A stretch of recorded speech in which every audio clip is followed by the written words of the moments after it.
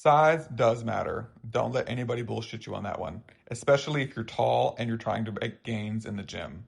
The problem here is long limbs make the same weight feel harder, even if you and some shorter guy are lifting the exact same weight. Essentially, more distance per rep because of the longer limb length results in more work being done.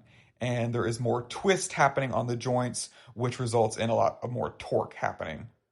Essentially, what happens is the reps begin to feel heavier, the form breaks sooner, and the fatigue spikes. The fix here is not to just thug it out, because if you thug it out and just strong arm everything, you're going to be strong arming your way into an injury. Trust me, I've had very close calls for someone who is 6'4". So the fix here is learn to leverage the appropriate physics. What you want to do is adjust three different knobs: angles, range, and stability. So some quick examples would be resulting in a neutral grip, press-based exercises having a slight incline or decline.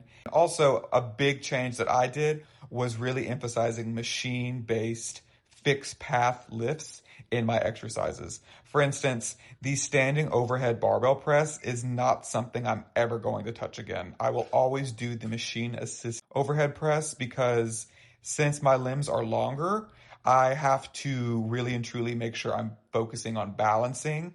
And that is not something I really want to do with a barbell overhead press. So the machine-based path allows me to not worry about that and focus solely on building the necessary muscles, not having to turn it into a balancing circus act.